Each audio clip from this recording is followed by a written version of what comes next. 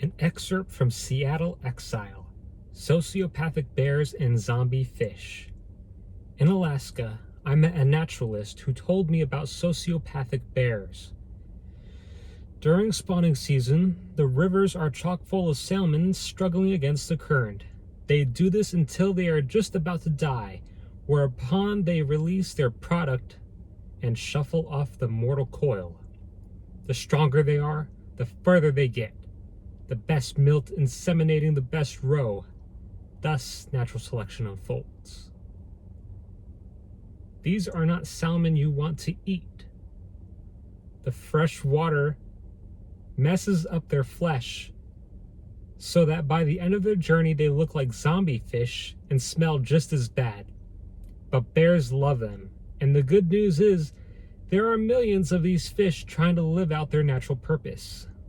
So, bears come down from the hills to jam as many as they can into their gullet before it's time to hibernate. In fact, bears are compelled by their own natural calling to do this.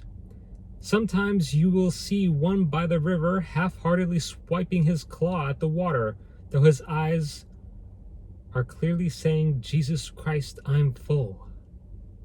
Before you get carried away, this is not an analogy about market shorts being gluttons for rotten crap nobody else wants. It's also not an analogy about retail investors swimming upstream until they die or get eaten. Those are for another day. In their world, each bear has an implied territory, and if another bear gets within range, they take it very seriously. When this happens, they will stop what they're doing, make threatening moves, and so on. If neither bear stands down, it's go time. During spawning season, this poses a problem because there are a lot of fish, but only so much river, and it's pretty common for a sort of hungry, more kind of peckish bear to shamble down and accidentally enter the territorial radius of another. Suddenly, both are faced with a standoff neither expected. Both of them know that there's no real reason to fight. There's plenty to go around. So this usually ends with the encroaching bear being like, "Sorry, bruh, my bad.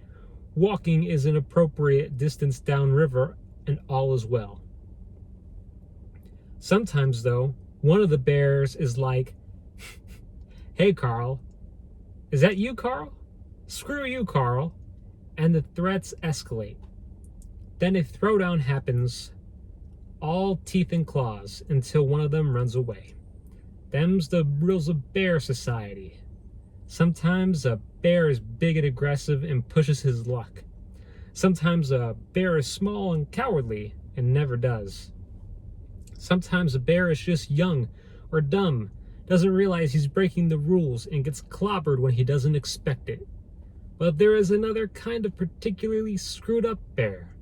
This bear fully understands the rules of bear society and knows how events will unfold depending on how he acts. He knows other bears generally won't fight unless they have to because they don't want to get hurt. He knows the reasons to fight are particularly low at this time of year.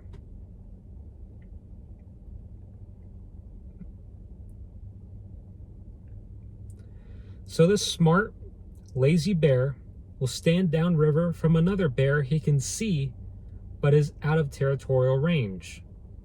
The moment that other bear catches a fish, he will run towards it aggressively. Now this other bear, who thought everything was chill, sees this other bear coming at him suddenly and is like, "Oh crap." He drops the fish he caught and rears up, bracing himself for a throwdown against this charging psychopath. But the lazy bear isn't coming for a fight. No, instead he snatches the fish and just runs away. This leaves the other bear sans salmon, completely flummoxed at what just happened. It takes him a little while to get over the audacity of that bear to get back to what he was doing. The naturalists explain that within social mammal groups, there are roughly 4% that act in such bald and selfish ways, fully grasping social convention, but manipulating it to maximum advantage.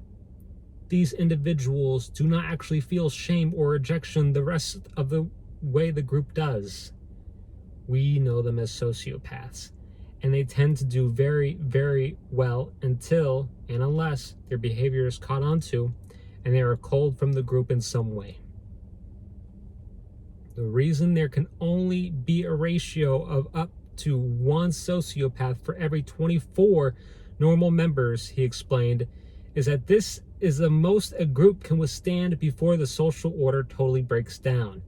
No one trusts each other, and everyone is a suspect. Too many sociopaths in a group, you get these Salem witch trials. Once in a while, I meet someone who rocks the pillars of how I view the world. Chris was one of those people. In the summer of 2007, I was doing pretty well. I had owned my own home for almost 2 years and had mostly recovered from that particularly massive purchase. Any family man who has done the same will know what I'm talking about.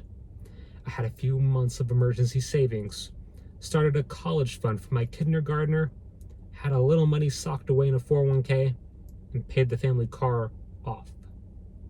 I had a full-time job and a side hustle, so I didn't have a lot of spare time.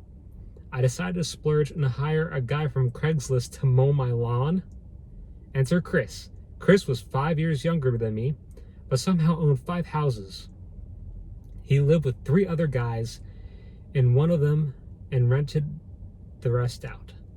These guys were real bros, complete with the baseball caps and devil-may-care attitude reminiscent of Bill and Ted, like a fraternity minus the college. They had no real skills, so they did this yard working gig for pocket money.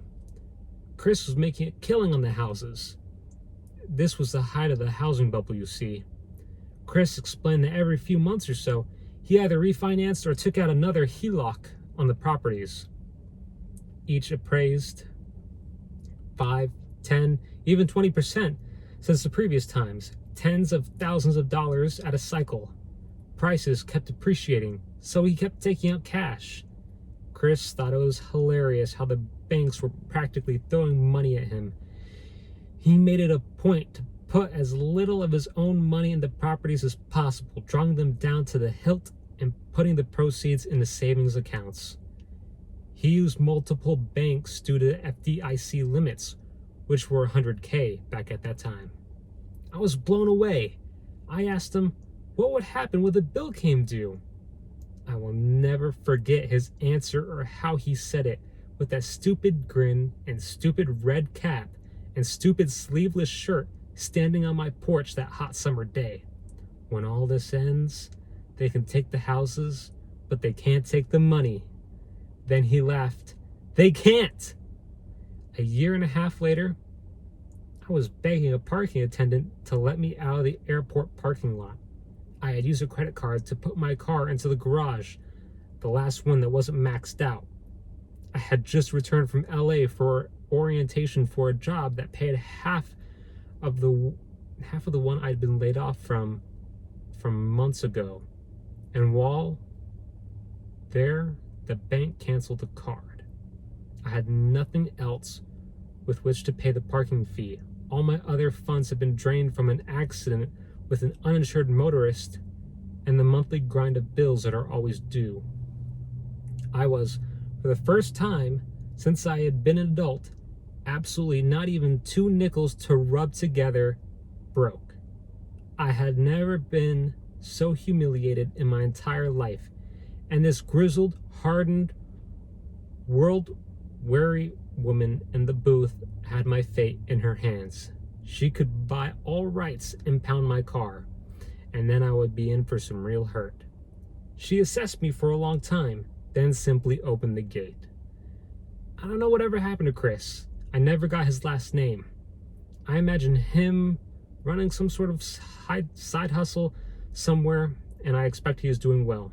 Despite my tone, I don't wish him ill. Don't hate the player, hate the game. This kind of gamesmanship is how people get ahead all the time. But 13 years later, I still can't help but think of him somehow being lesser than me.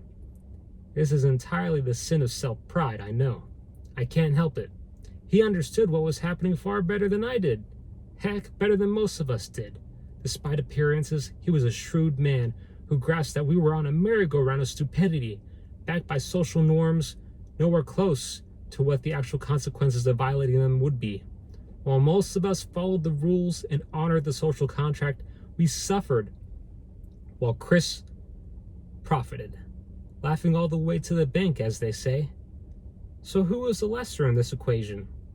Chris's outlook and actions were the very definition of moral hazard. Moral hazard is a term experts throw around when the plebs find a hole in the system that they can exploit. My last post was received fairly positively, but as with all things internet, there were detractors. There was a considerable concern for my lack of faith in the market indices. There was disgust at my telling impressionable young fools to put their retirement funds into FDs instead of something sensible like an index fund. But most of all, there was a desperate need to point out how stupid I was for not having saved enough money to prevent tapping into my 401k when disaster struck. One commenter believed I should have foreclosed on my house before ever touching my retirement fund. Understand clearly, I own all my choices, past, present, and future. I take responsibility for all the mistakes and the consequences, and I do not blame the system for the situations I found myself in. I do not claim to have made perfect financial choices, but I stand by the choices I made with the information and values I had at the time. To blame the world for your problems is the ultimate weakness of character. Doing so is to resign your life to being a spectator in your own life. Further, as a point of pride, I want to establish that I have honored every contract that I have ever entered. I have defaulted on occasion, but I paid back every dime I ever borrowed, plus the appropriate interest and fees. I did not have to. I could have let my accounts go to collections and pay 50 cents on the dollar to resolve the debt. I could have walked away from my house when it was 100K underwater. For how long it took to rebuild my credit and recover my losses from what they now call the Great Financial Crisis, it would have been the smart thing to do. It's just not how I do things, though. And if I may be so bold to speak for others, it's not how most of us do either. But as an older, wiser man, I now understand that it is not how everyone does things. There are a considerable number of people, 4% in fact, that only care about the rules in so much as how much they can benefit from them personally. Not only are they banking on most people following the rules, they understand that those people are unprepared to react when they don't, and not even have the courtesy to feel bad about it. These predators are ever present, and thus the normal among us must remain ever vigilant. As Machiavelli says, just because you abhor the rules of power does not prevent them from being used against you. As we watch the drama of PRPL unfold, we can see the social struggle regarding intent play out. Some people are feeling angry, feeling scammed by the champions of this ticker. Others profess a kind of strange fealty, denouncing the angry ones and doubling down on their faith. The champions themselves speak to the faithful, assuring them of their own well-meaning and shared experience. It muddies the waters, and one doesn't really know what to think. I don't pretend to know the motives of these guys. I had no skin in the PRPL game. For all I know, they are fine folk who are simply zealous believers. I have seen this story unfold several times, however. Regardless of all that, you must own your own decisions. If you choose to back the play and lost money, and some of you lost a lot of money, that is entirely on you. Same goes if you listen to the great WSB Profit, variation_separate. If you followed Kramer on one of his many crappy plays, or just hit a spinner and click buy. How you reflect upon this, what you learn from it, and how you choose to act upon the lesson are what matters. Most people are generally good, just trying to provide for their families or perhaps buy a Lambo. But the world is filled with people who would skin you in a heartbeat if they thought they could sell your hide for a nickel. And they exceptionally do well in a world obfuscated behind corporate entities, computer screens, and internet handles.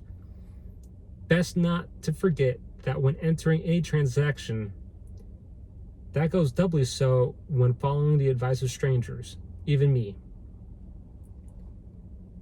Caveat emptor, buyer beware. In any investment prospectus, you will usually see two phrases: past performance does not guarantee future results, and risk of loss up to and including the entire investment. These are the only real truths in the entire world of business, perhaps even life. Everything entails risk, even doing nothing. Anything can happen tomorrow.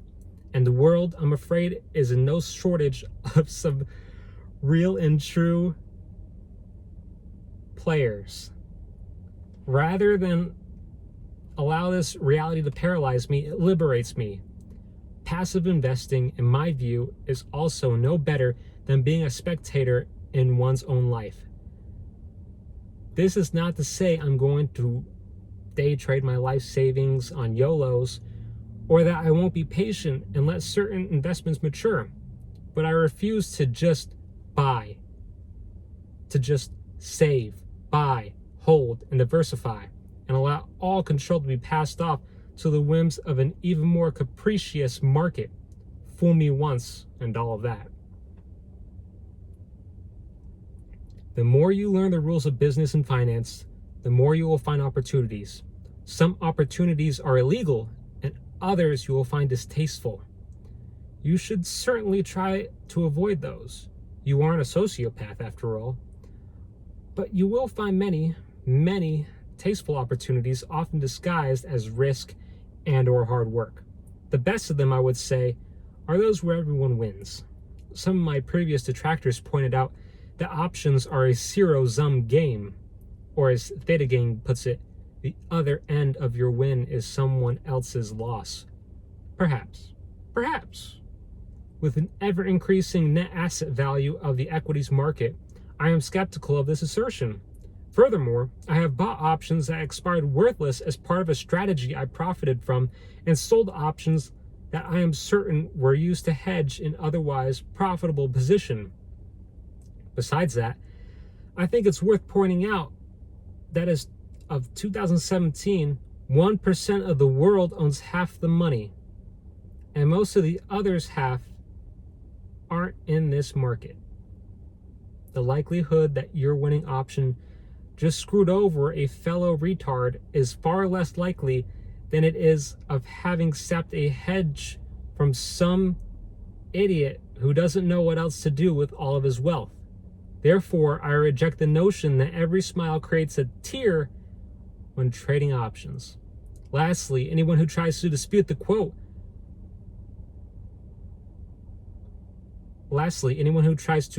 you, the stable returns of the S&P 500, should also be aware of its regular 30% plus year-over-year swings in the past 60 years.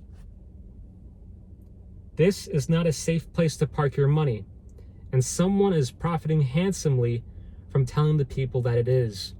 These are the market makers, the players buffeting your passively invested retirement funds back and forth like a bowling ball going down a lane with bumpers. They don't give a crap about what you do or what you plan to do with that money in 30 years. Just that you put it into the market right now. Don't ever make the mistake of thinking they have your best interest at heart. My great sin is believing you shouldn't let these guys just have at it with the resources you expect to keep you going into your old age. It's hard for a person to really grasp the trillions of dollars at play. Take a pair of night vision binoculars into the woods on a new moon, look to the sky, and you will get a notion.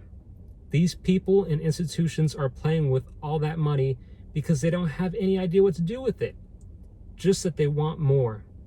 But by virtue of holding a social security number, you get to sit at the same massive table, and I'm guessing you would have a pretty good idea what you would. So I'm going to say it again because it is worth repeating. We live in a merchant republic awash in wealth. Go out and get your slice. You aren't special, but neither are they. I love you, retards.